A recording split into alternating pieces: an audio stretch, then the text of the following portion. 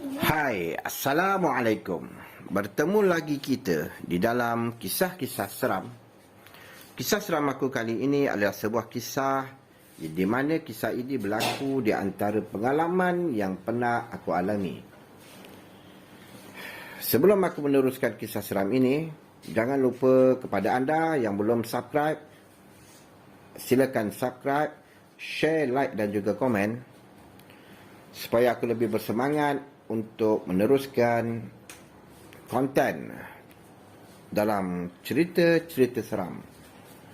Semoga anda semua berada dalam keadaan sihat, dirahmati oleh Allah, diberikan kesihatan, dipanjangkan umur dan dimurahkan rezeki. Semasa anda mendengar kisah seram ini, yang mana yang baik jadikan tauladan, yang buruk buanglah jauh-jauh. Kisah ini terjadi apabila aku pergi ke sebuah majlis tahlil. Kau mesti tahu majlis tahlil ni biasanya akan terjadi apabila ada dalam satu keluarga orang yang meninggal dunia.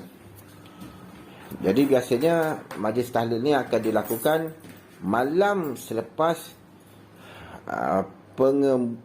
pengebumian orang si mati. Jadi pasti keluarga tu akan adakan majlis tahlil. Jadi malam tu aku pun datanglah di majlis tahlil tersebut.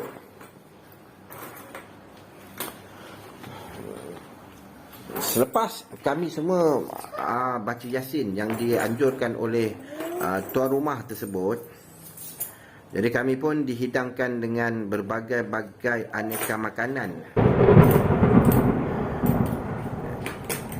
Jadi kami pun makanlah. Majlis ni majlis yang tertutup, bukan majlis yang dijemput ramai-ramai orang, tak. Tapi majlis ni adalah majlis yang tertutup. Hanya dijemput iaitu kenalan-kenalan rapat sahaja. Jadi boleh kenal lah siapa-siapa yang datang tu, saudara mara yang daripada mana. Aku dengan keluarga ni memang sudah kenal lama. Jadi aku boleh kenal dia punya saudara dia, sepupu dia. Aku memang pernah tinggal dekat rumah tu. Jadi diikutkan kisah ni, selepas kami semua makan jamuan yang disediakan oleh tuan rumah yang kami datang hadirkan diri kami ke majlis tahlil ni, tiba-tiba kami semua terasa sakit perut yang amat sangat. Sakit perut yang terlalu sakit, memang sehingga tak boleh nak tahan. Jadi semua orang yang ada kat dalam majlis tu semua sakit perut. Jadi kami pun terpaksa beratur untuk membuang hajat pada malam tu. Oleh kerana terlalu lama aku terpaksa menahan kesakitan, jadi aku teringat dekat belakang rumah ni ada sebuah tandas. Tapi kenapa tuan rumah ni dan orang-orang yang datang ni tak mau pergi ke tandas belakang? Dengan senyap-senyap aku pun keluar daripada barisan pembarisan tu, beratur tadi tu. Jadi aku pun pergi ke arah belakang. Rasa ingin tahu dan rasa takut juga ada. Tapi aku terpaksa untuk memberanikan diriku kerana aku sangat sakit perut pada ketika tu. Jadi bila aku sampai kat belakang tu, aku tengok memang ada tandas kat belakang tu, lampu yang dipasang terang. Tetapi tandas tu seperti ada seseorang yang sedang menggunakan tandas tu. Jadi aku fikir juga, siapa yang guna tandas ni Sedangkan aku tengok tadi orang ramai semua dekat dalam, tapi siapa ada kat belakang? Jadi aku cuba ketuklah pintu tandas tu. Jadi bila aku ketuk, tiba-tiba tandas tu pun dibuka oleh seseorang. Bila tandas tu terbuka, aku tengok ada seorang perempuan yang sangat cantik dan jelita. Umur lingkungan dalam 18 tahun macam tu, seorang perempuan yang cantik. Jadi bila perempuan tu meluru keluar, Aku pun sapalah dia, aku tegur dia. Tapi dia tak jawab teguran aku. Dia cuma jawab dengan sebuah senyuman yang sangat menakutkan diriku. Aku pun pandang ke arah tandas. Apabila aku pandang kembali ke belakang, aku tengok perempuan tadi sudah tak ada di belakang. Aku cakap dalam hati aku, begitu cepat perempuan ni berlalu. Sebenarnya siapa perempuan tu ah? Aku tanpa berlengah lagi, aku terus masuk ke dalam tandas. Aku tutup pintu tandas. Aku pun mula buang hajat. Tapi masa aku buang hajat tu, memang aku cakap, tandas ni wangi sungguh, bersih, seperti macam ada orang yang selalu kemas-kemaskan di kawasan tandas ni. Sedangkan selama aku tinggal kat rumah tu, aku jarang sekali tengok keluarga yang aku tinggal kat rumah ni. Tak pernah pun mereka ni pergi ke belakang gunakan tandas tu ke, sapu-sapu belakang tu ke. Tapi rumah tu, belakang tu agak kemas, cantik lah. Seperti macam ada orang yang jaga. Jadi masa aku duduk dalam tandas tu, aku fikir juga, siapa perempuan tu? Aku tak nampak pun tadi kat dalam tu, masa majlis tahlil tadi. Tapi siapa perempuan tu? Ini yang menjadi misteri buat diri aku sehingga sekarang. Jadi aku pun cepat-cepat buang air. Memang aku tak boleh nak lama-lama dalam bilik air, pasal aku memang rasa sangat takut pada ketika tu. Bulu roma aku memang beremang. Jadi bila aku habis saja buang, aku terus lari. Lari kencang tidak lah, tapi jalan agak laju sedikit.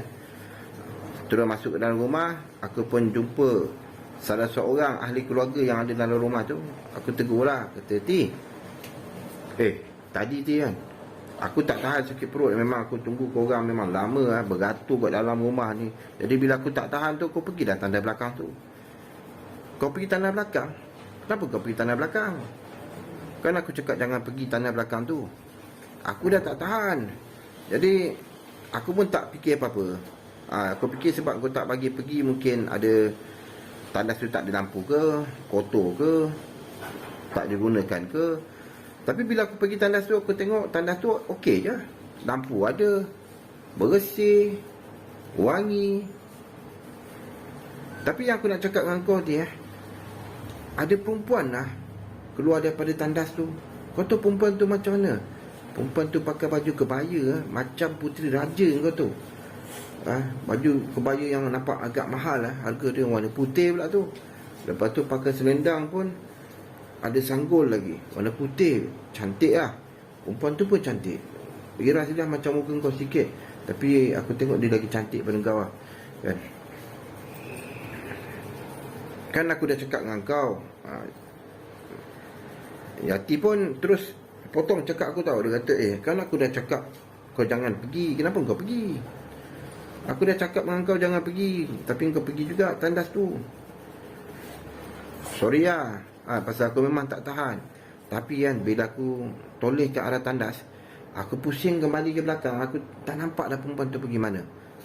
Tapi aku rasa perempuan tu memang sekelip mata je dia hilang.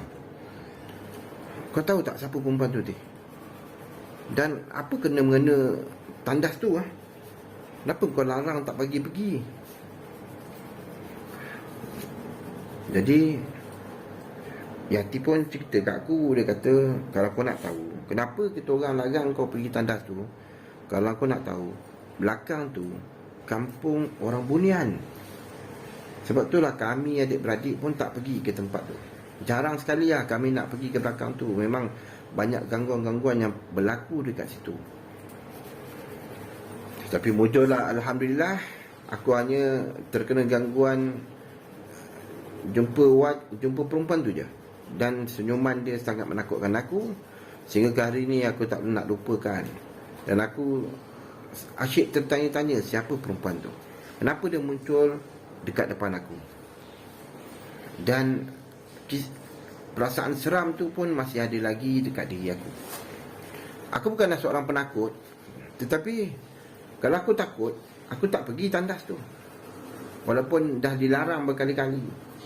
Tapi disebabkan aku rasa terdesak pada ketika tu. Jadi bila aku tahu kawasan tu adalah kawasan perkampungan orang Bunian pada masa dulu, jadi selepas pada tu aku tak pergi lagi ke belakang tu.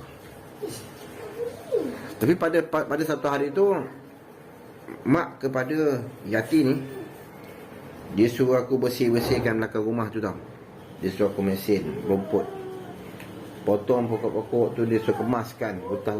Dia belakang tu macam semak samun lah, macam hutan lah, tapi bukan hutan yang tebal, hutan nipis je, semak samun lah Jadi aku pun bersihkan. Aku tanya dia, nak bersihkan semua ke? Dia kata semua, pokok-pokok tu semua kau tebang. Jadi aku pun bersihkan. Cuma pokok besar ni, depan tandas ni kau jangan potong. Ada sepohon pokok mangga lah. Jadi pokok tu aku tak potong lah. Tapi yang lain semua aku potong. Aku cakap dengan dia, pokok bunga tu dia pun nak potong ke? Dia kata potong je. Jadi aku pun potong semua. Aku dah bersihkan rumah tu. Memang puas hati lah. Memang boleh nampak lah ke arah perkampungan belakang tu ada satu kampung Tapi aku terpaksa rahsiakan nama kampung tu. Jadi bila dah bersih, aku pun panggil lah ibu kepada Yati ni. Makcik, saya dah siapkan belakang tu, dah bersih. Lepas tu dia pun keluar tengok. Dia kata, wah bersih yang kau buat. Baguslah kau buat ikhlas ke ni? Mestilah ikhlas. Lepas tu tiba-tiba makcik tu dia tanya aku, mana pokok bunga 2 batang kat sini bah? Jadi aku cakap, kenapa makcik? Kan makcik kata, tadi saya tanya makcik nak potong ke? Makcik kata potong. Lepas tu makcik tu muka dia berubah tau. Jadi aku cakap, ni mesti ada kena mengena belakang ni dengan pokok bunga ni kan. Saya tengok pokok bunga kok macam kubur je makcik.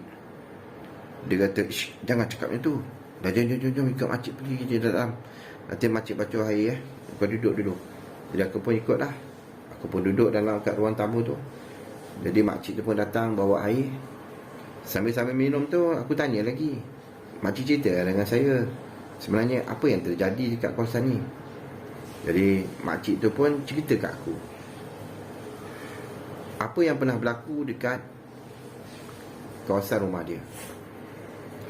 Dia cakap dengan aku, dulu ada orang yang sewa dekat rumah sewa makcik belakang tu. Belakang tu memang ada sebuah rumah sewa yang bercantum dengan rumah dia. Tapi rumah tu memang lama hampir 18 tahun memang tak ada orang tinggal kat rumah tu lagi. Rumah tu terbiar kosong je. Tapi ada kadang-kala ada juga aku masuk-masuk waktu-waktu malam. Pasal pintu bilik kawan aku ni, dia ada satu pintu untuk pergi ke ruangan rumah sewa tu. Jadi aku selalu akan pergi ke situ, tengok-tengok rumah tu lah. Bukan uji nyali tapi sengaja nak tengok-tengok. Dia pun ada cakap aku rumah ni seram, tapi aku buat tak tahu je lah. Jadi bila makcik tu cerita dengan aku, dia kata dulu ada penghuni kat rumah ni yang sewa rumah ni. Orang ni orang Indonesia. Mereka ni tak kahwin tapi tinggal bersama, laki perempuan. Jadi disebabkan tinggal bersama, mereka ni terlanjur melakukan hubungan. Jadi perempuan tu pun mengandung. Bila perempuan ni mengandung, dah syarat mengandung, lelaki ni tak suka dengan kandungan yang dikandung oleh perempuan ni, makwa dia ni. Jadi disuruh gugurkan. Jadi nak tak nak, kalau dia tak gugur, lelaki tu kata dia akan bunuh. Dia akan bunuh perempuan ni dan juga kandungan tu. Jadi perempuan ni rasa takut, lalu dia pun gugurkan bayi yang ada dalam kandungan perut dia tu. Bila bayi tu keluar daripada perut dia, memang dah macam bayi, dah ada mata, ada hidung apa semua. Perempuan tak tu. Jadi dia tanamkan bayi tu dekat belakang tu lah, dekat pokok bunga yang aku cakap tu.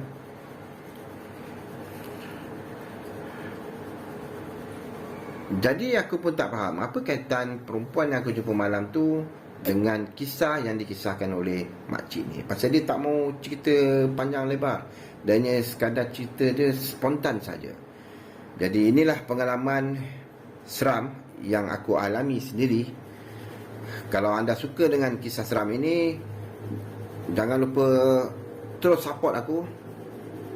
Dan semoga aku lebih bersemangat untuk meneruskan cerita-cerita aku kepada para pendengar yang sudi mendengar kisah-kisah seram daripadaku. Dan aku akhiri dengan Assalamualaikum dan selamat jumpa lagi. Bye.